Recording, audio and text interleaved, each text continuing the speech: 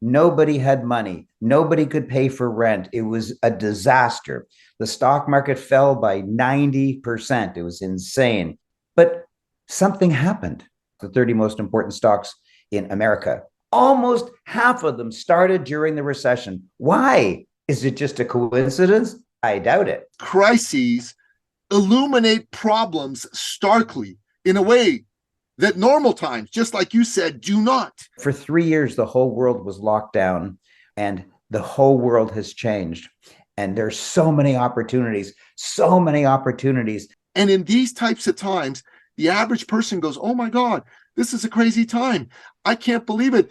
The economy's bad. We can't be successful. We can't win, but they're exactly wrong. The people who will become the most powerful are the ones who look at themselves and say, what can I do?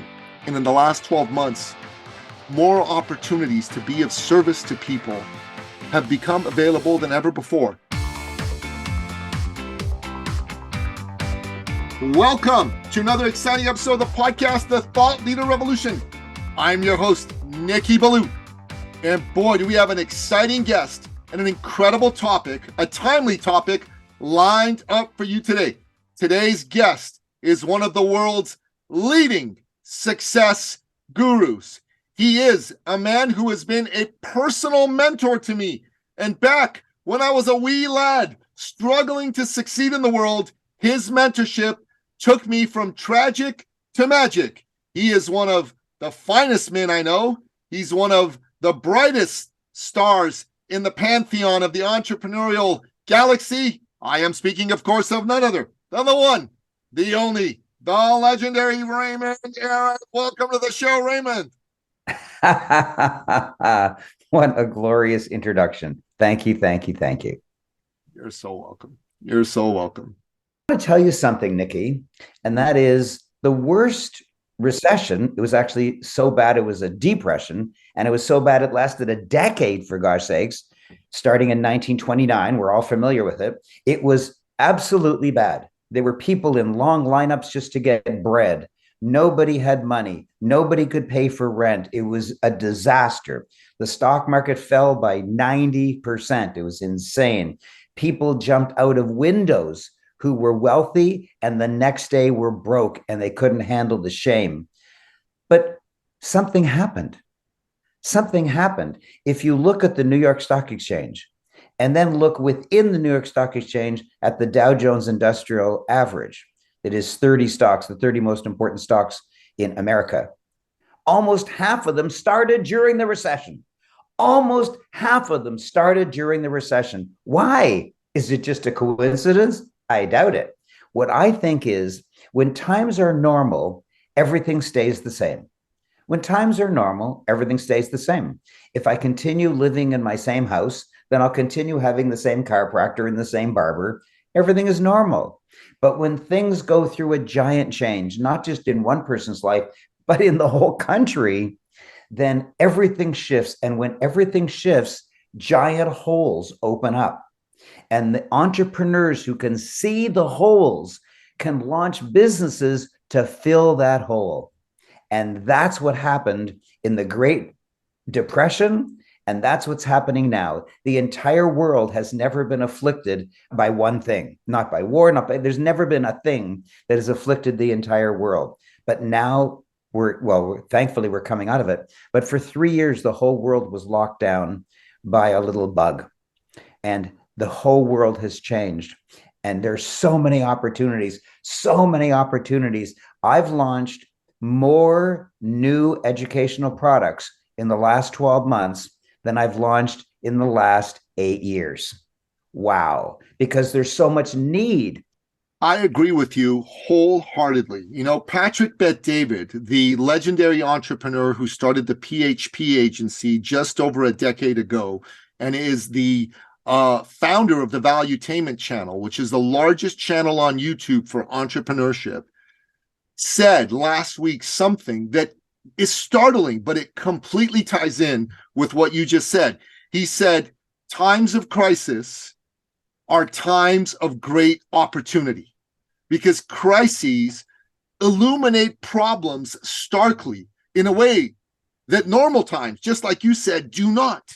we are living in a time of crisis right now. We're just coming out of lockdown and COVID and all that. There's a war in Europe.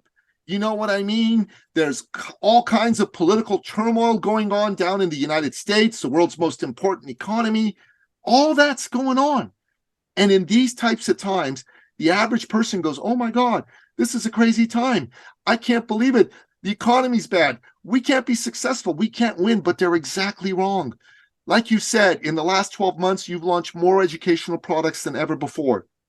And in the last 12 months, more opportunities to be of service to people have become available than ever before. There's two that I'm just going to mention right now. One of them is the rise of AI and Chat GPT. AI is going to be a game changer for a lot of businesses. It's going to completely disrupt a lot of businesses, but it's also creating incredible opportunities for you to put things forward when it comes to creating content, when it comes to creating sales opportunities, when it comes to creating incredible new ways to engage with your customers. And the second is the world of podcasting. Podcasting has literally exploded since the beginning of the pandemic and the lockdowns. There were 800,000 podcasts then. There are now close to 3 million podcasts, Raymond. 3 million podcasts. Wow. And people used to listen to podcasts at a rate of about 500 million episodes a month. Now they're listening to 3.5 billion episodes a month. And you might be thinking to yourself, well, God, I don't know anything about AI. I don't know how to use AI. And I don't know anything about podcasting. I don't know anything about technology. But the truth of the matter is, what's incredible about podcasting is you don't need to be like Raymond. You don't need to be like me. You don't have to have your own podcast and a whole tech team that figures this out for you. You can take advantage of podcasting without having a podcast, without knowing anything about technology, without having anything but some enthusiasm and a great message to share. And you can add 6 figures to your business in the next 6 months. I know this to be true because I figured out how to do it and did it myself. Well, I want to get back to what we were talking about just before you mentioned about podcasting, and that is a spiritual comment. And that is people are looking at, i.e., blaming the war in Ukraine, the political chaos in the United States, the COVID, the lockdown, everyone is blaming. But I'm going to tell you something I just heard, and it's a spiritual comment, and it dazzled me. Here it is. Listen carefully. If you are not the problem, there is no solution. If you are not the problem, there is no solution. I gotta write that down. That's so good. Please. It's insane. Don't tell me how bitchy your wife is. And if you're a woman, don't tell me how cheating your husband is. Don't bother pointing out there. There is no out there. You are the master of your universe. And when you pretend that something else is to blame, then you are disavowing your own power. You're disavowing your own soul, your own spirit. So stop blaming all the things out there. Are they out there? They are. The chaos in the US political system is just a joke for anyone who lives outside of the United States. We just can't believe it. They're acting so silly. And meanwhile, they're the most powerful nation in the world. Such a dichotomy, it doesn't even seem to make sense. And so in times of crisis, the people who will become the most powerful are the ones who look at themselves and say, what can I do? If there's a problem, there's a solution. And the only solution can come from you. If you are deeply concerned about that problem, then go make the solution. Go make the solution. That's the first thing I wanted to say. I was moved to rise up to making a spiritual comment from what you said so passionately. I wrote down the following. If you are not the problem, there is no solution. Stop blaming all the things out there. In times of crisis, the most powerful are the ones who look at themselves and say, what can I do? Wow. Bravo. Yeah. Brilliant. Yeah.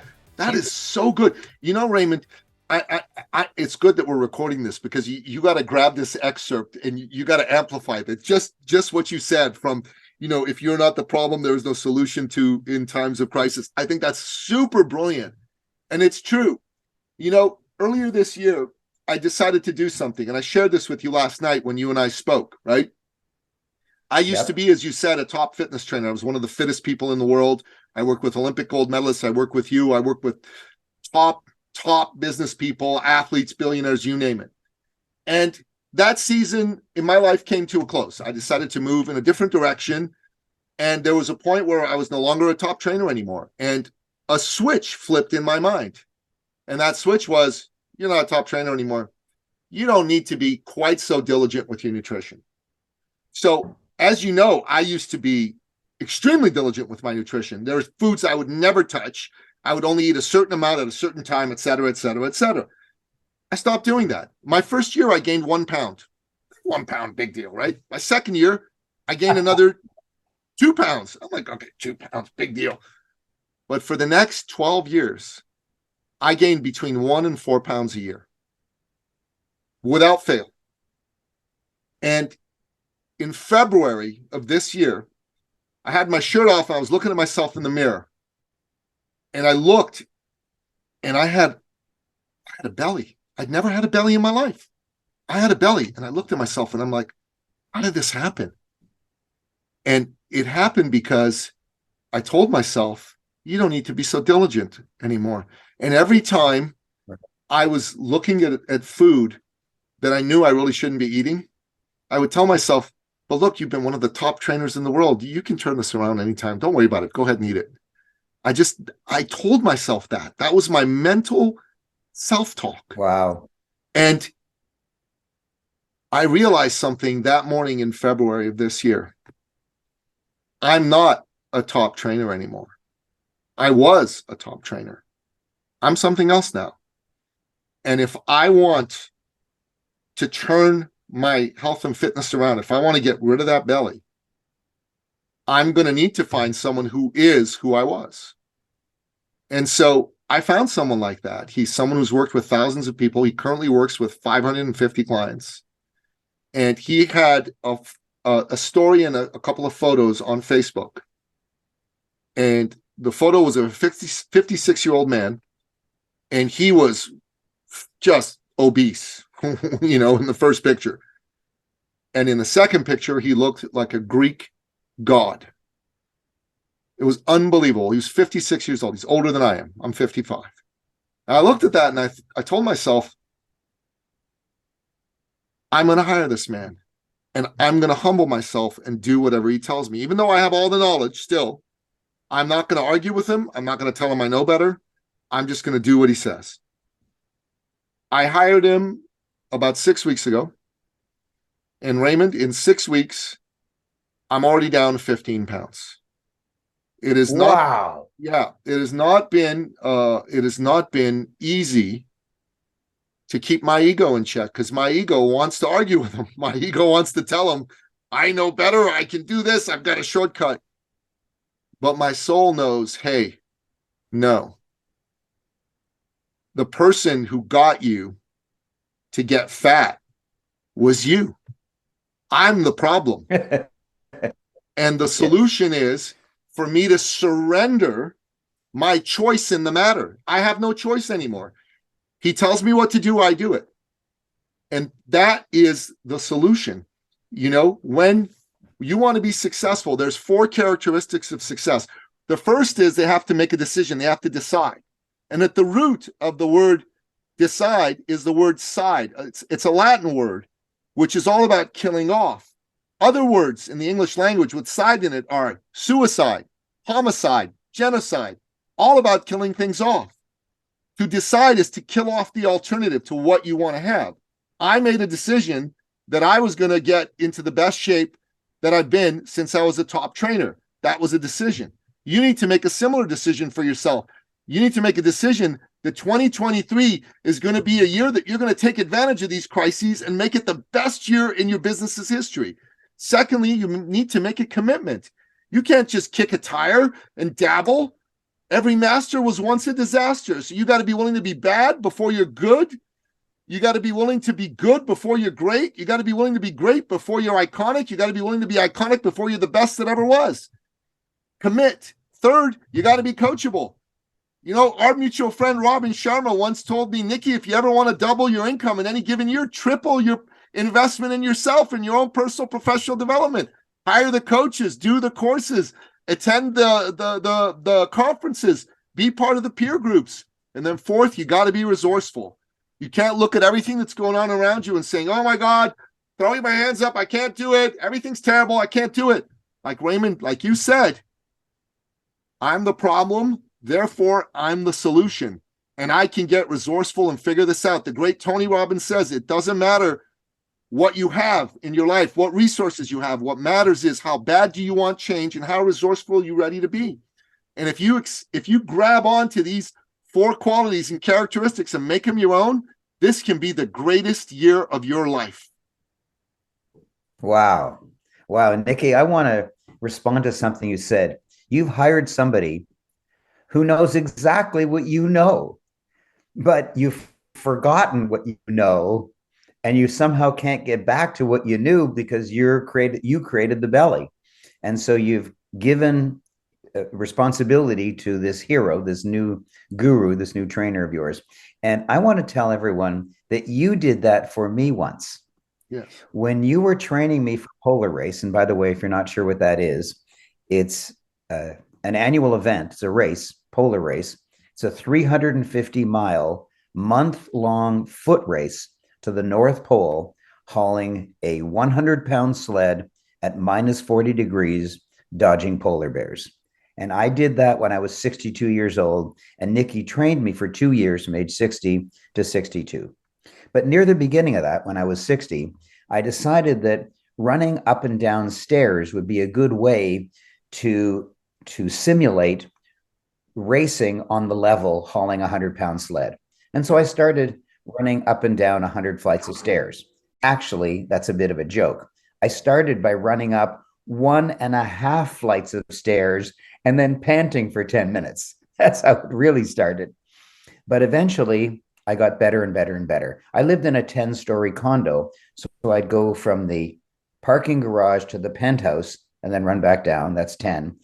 Parking garage to the penthouse and back down. That's 20, because it was a 10-story building. And eventually I could do it. Eventually I did it in under an hour, and then 40 minutes, and I got down to just over 30 minutes.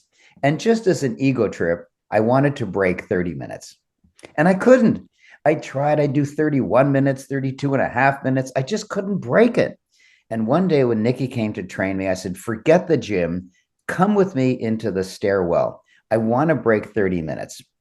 Do it to me, figure it out. And Nikki said, okay, what's stopping you? I said, no, don't hand me this psychobabble. Just, train my muscles or something. And he said, listen, I'm the coach. I said, fine. And I was in the same situation to Nikki as Nikki now is to his new trainer. I teach the stuff that Nikki was telling me, and I stupidly was resisting it. It was the funniest thing. Anyways, Nikki said, what's holding you back? I said, well, I think if I go too fast, I might die in the stairs. This is the stairwell. And I listed all my problems, and he said, good, I'll take it. I'm not going to keep it. I'm just going to warehouse it for you for half an hour. I said, fine. And I unloaded everything I could think of psychologically. And then he said, go. And I raced up and down those stairs, up and down, and I broke 30 minutes. The only time I've ever broken it. I never broke it before. I've never broken it since. It was that one time. Try it one day. Try running up and down 100 flights of stairs one day. It ain't easy. Anyways, I just wanted to honor you because you were that guy in my life. And I have something interesting to tell you about ChatGPT. It is going to change everything. And we've heard that all, the bow and arrow is going to change everything. The dynamite's going to change everything. But then life goes on somehow. But ChatGPT is really challenging because the first thing that students did was have ChatGPT write essays for them. Yep. And previously, professors and teachers could find plagiarism because teachers have an app which takes all the words of their essay and checks it against the web and finds out if they copied it from somewhere. But you can't do that with ChatGPT because ChatGPT makes it up. So teachers were able to catch students because it was written better than the student could have possibly done it. But now, I don't know if you know this, Nikki, students can feed in previous essays and say, this is how I usually write. Now, write me an essay about the causes of the Second World War or whatever the issue is in my writing with my punctuation and grammar and spelling errors. And now teachers can't tell the difference. It's insane. And another thing I want to tell you, 3 days ago, I just read that ChatGPT passed the bar exam. Yeah. It's a lawyer in New York State. ChatGPT is a lawyer. Well, I mean, they're not going to allow it, but it passed the bar exam. It's so amazing. And there's a coin, a cryptocurrency coin that was just released in which their plan is to take a retinal scan of everybody on Earth because no one ever had to worry about whether they were a human. You just look at somebody, you know they're human. But now with ChatGPT, you don't know if a human did it. So now there's a whole new thing called proof of human. And now because of ChatGPT, an entire gigantic industry is going to spring up so that you can prove you're human and not an AI bot. It's whole world astounding. Is changing. It took Netflix 3.5 years to reach 1 million users. It took Airbnb 2.5 years to get to 1 million. It took Twitter 2 years. It took Facebook 10 months. It took Dropbox 7 months, Spotify 5 months, Instagram 2.5 months, ChatGPT 5 days. 5 days to reach 1 million users. Don't tell me the world isn't changing. It's completely changing. It's completely changing. I have 2 teenage sons, and one of the first things I had to make sure was that they weren't using this to do their papers. And their school sent out an email to all the parents saying, hey, ChatGPT is the thing, and there's students that we've caught using this to write their papers, and there's severe consequences for doing this. It goes against our honor code and all that stuff. But here's the thing that is making ChatGPT absolutely incredible for a business owner. Let's say you're in the business of creating courses and content. In the past, you'd have to go sit down, create an outline for your program. You'd have to write it all out, and you'd have to take a lot of time to put, let's say, a 10 or 12 module program together with like 2 hours worth of content for each. Today, using ChatGPT, you can do a course on employee mental health with 10 modules. ChatGPT will help you pick all the modules, will help you populate all the modules in under an hour. In under an hour. You can create a program that you can sell to corporations. Amazing. For $30,000 to $100,000 a head. That's just one of the things that this is making possible. I just finished writing a book, and I was chatting with my dear friend Les Brown, one of the top speakers in the entire world, and we're dear friends. And I said to him, do you want to write the foreword for my book? He said, I'd love to. I'll do anything for you. Just write it for me and I'll approve it. So we hung up, and my first thought was, oh gosh, how do I write this darn thing? And then I said, I went to ChatGPT and I said, the world famous Les Brown has agreed to write the foreword for me. And my book is on this and this and this and this. Actually, I fed in the content of my book. So ChatGPT would know what my book was about. And I said, please write a foreword, ghost written for Les Brown in his voice, in his style. In other words, using his one-liners. And it hesitated for a few seconds, and then bang, a 1-page forward came out. I changed like 1 or 2 words. That's incredible. Normally I would have slaved over that for like half a day. It was done in minutes. That's incredible. That's incredible. So I'm Persian and I'm a poet, and I won my lady's heart by writing her a love poem a day for 30 days. And I said, let me go to ChatGPT and see what kind of job it does with a love poem. So I said, write me a love song for my beloved. It wrote me a love poem, and I read it, and this is pretty good. I sent it to Teresa, and she said, oh my God, this is amazing. I said, sweetheart, this is the first poem that I didn't actually write for you. I used ChatGPT, and she was blown away. So guys who are not good at writing, beautiful flowery love songs, ChatGPT to the rescue. What I did, I have a TikTok channel on crypto. And so I went to ChatGPT and I said, please explain Bitcoin in a rhyming couplet poem. Bang, I got a poem about Bitcoin. Who the heck could write a poem about Bitcoin? I love it. It's hilarious what it can do. And it's only been out for like 2 months. It started in 2023. And now it's taken over the whole world. It's incredible. It's absolutely incredible. It's like made me buy a few shares of Microsoft as a result of that. This guy's coming out with that. It's good. Anyways, so coming back to podcasts. Yeah, podcasts are important and they're very powerful. What people got to understand about podcasts is this is what podcasts make possible for you. If you have your own podcast, you can choose a topic. You can start creating content about it.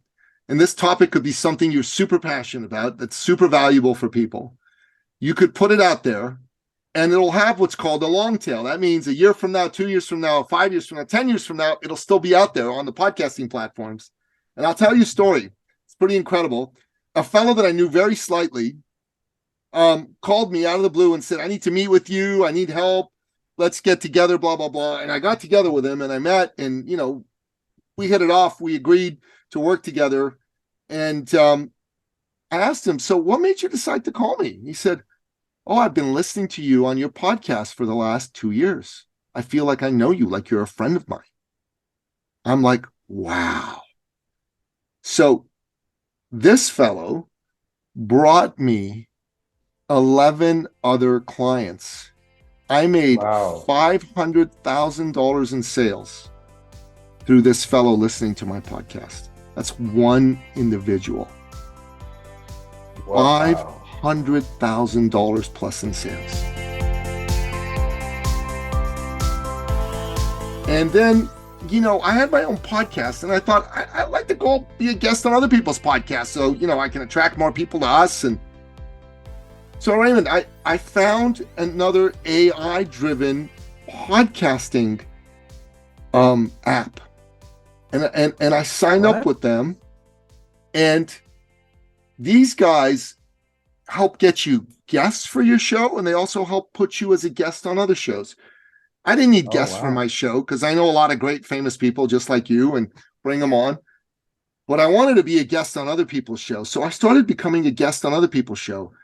And at first, I just had conversations with people and I thought it was great, but wasn't really doing anything for my business beyond attracting the occasional person to come listen to my show. But then I started to realize, wait a minute, there's a cadence, there's a rhythm to being a guest on a podcast. Kind of like there's a rhythm to being someone on stage, Raymond. I know you know a lot about this because you speak on stage a lot. There's a way to be successful on stage, and I figured out there's a way to be successful as a guest on a podcast. And I figured it out, and after I figured it out, and it took me a good 5-6 months to do it, lots of trial and error, I was able to start signing up clients. I signed up my first client for $7,000. Then I signed up a second client for $9,000. And then I signed up another client for $11,000 and another client for $13,000, another client for $15,000. And then a few of those clients that I'd already signed up, I upsold them for $50,000, $50,000, $50,000, $60,000. And before you knew it, Raymond, in a 7.5-month period, I'd done over $300,000 in sales from being a guest on other people's podcasts. Guest. You weren't the star. You didn't do the technicals of setting up the podcast. You were the guest and you made sales. This is amazing. over $300,000 in sales. And nobody does. Nobody does that. And most of the people who are guests on other people's shows don't make any money from being on their shows. They have a great time. They have a wonderful conversation. They build great relationships with the host, and then it's over, right?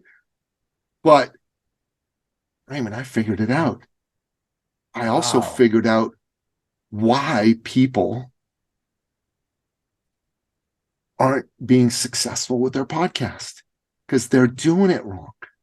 All we got to do is help them shift a few things, do those things differently. They don't even have to have their own podcast. They don't even need to be technical.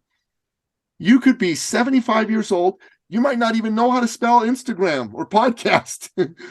If you go on the show and you do what I show you to do, in 6 months, you can generate 6 figures. 6 figures in sales. And I'm telling you, Raymond, in this time, this could be a game changer for people, because this is a time of crisis. And if you don't know if you can get out to meetings the way you used to, or events, but you know you can get behind your computer and you know you can go be a guest on someone's show, the right show, and that could make you money, that could completely change your world, completely change your life. We should have another podcast interview in which we talk about those ideas, because I'm sure everyone is excited to find out about them. Well, we're going to do one better than that, Raymond. You and I are going to put together a 2-day event where we're not going to just talk about the ideas. We're going to show them exactly, step by step, how they can do this, how they can be a guest on a show, how they can be a sought-after guest on a show, how they can develop the cadence and the narrative of how to be on that show. The way you teach people how to do it on stage, I'll show them how to do it on a podcast, and how they can use all of that to generate relationships, to solve problems for people, and generate sales. We'll do this over 2 days, and we'll make it magical for people, Raymond. What do you say? Let's do it. Let's do it. Awesome. Well, stay tuned. If you're listening to this and you like the idea, stay tuned. Raymond and I are going to be back a couple of times, and we're going to talk about this. And Raymond, I got to tell you, it's been great to have you share that spiritual thought and comment that you shared with me, because that just opened up my soul. That made me more excited to share what I know with people. Well, I've got another one for you. Give it to me. You are the ancestors of the future. When I heard that quote in Lynn Twist's book, Living a Committed Life, which I just finished today, when I heard that, what it did is straighten my spine and give me more responsibility, that I'm not just a guy going through this lifetime. I'm the ancestor that my descendants are going to be looking back to. I love it. Wow. Wow. That is a wow. That's awesome. Okay, Nikki, this was amazing. I loved it. You are great. Right back at you. Takes one to know one, my friend. And listener, to find out more about the great Raymond Aaron, go to the show notes. We're going to put his website there, and stay tuned, because we're going to give you all the information about how you can be a guest on a show, know nothing about technology or podcasting, and still generate 6 figures in 6 months. You're not going to want to miss this. It's going to be great. You're going to have Raymond and myself teaching you our best. You're going to want to be a part of this. And that'll be available at thethoughtleaderrevolution.com. And it'll be available everywhere you listen to this podcast and everywhere you listen to Raymond's podcast. Until next time, goodbye. This episode has been brought to you by eCircleAcademy.com, the proven system to add 6 to 7 figures a year to your thought leader practice.